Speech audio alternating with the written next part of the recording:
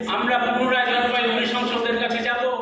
একটা সময় ছিল সাধারণ মানুষ স্বল্প সঞ্চয় করতে পোস্ট অফিসে ছুটতেন, এজেন্টদের ধরে অ্যাকাউন্ট খুলতেন। কিন্তু সময় বদলেছে। এখন পোস্ট অফিসে টাকা রাখার ঝোঁক কমেছে মানুষের। সমস্ত কিছু ডিজিটালাইজড হয়ে যাওয়ায় এজেন্টদের গুরুত্ব কমেছে।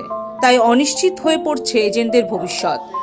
তাই আন্দোলনে নামার হুমকি দিলেন ন্যাশনাল স্মল সেভিং এজেন্ট অ্যাসোসিয়েশনের সদস্যরা। শনিবার অ্যাসোসিয়েশনের রাজ্য সম্মেলন ছিল। সেখানে রাজ্যের প্রায় 800 প্রতিনিধি উপস্থিত ছিলেন। এই অনুষ্ঠানে সংগঠনের শীর্ষ সদস্য সিঞ্চন চট্টোপাধ্যায় কর্মহীন হওয়ার আশঙ্কার কথা জানান।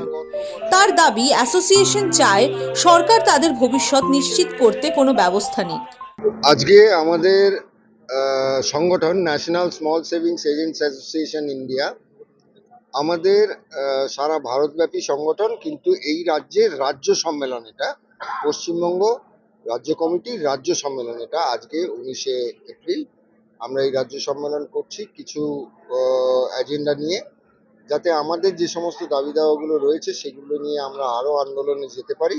তার জন্য আজকে আমাদের রাজ্য সম্মেলন।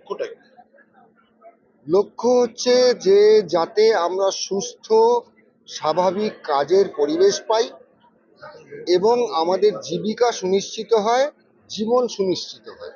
এই মুহূর্তে কোনো নিশ্চয়তা নেই, আমরা একটা অনিশ্চিত জীবন কাটাচ্ছি এবং আমরা খুব দুশ্চিন্তার মধ্যে আছি যে আগামী দিনে আমাদের এই কাজ থাকবে কি না।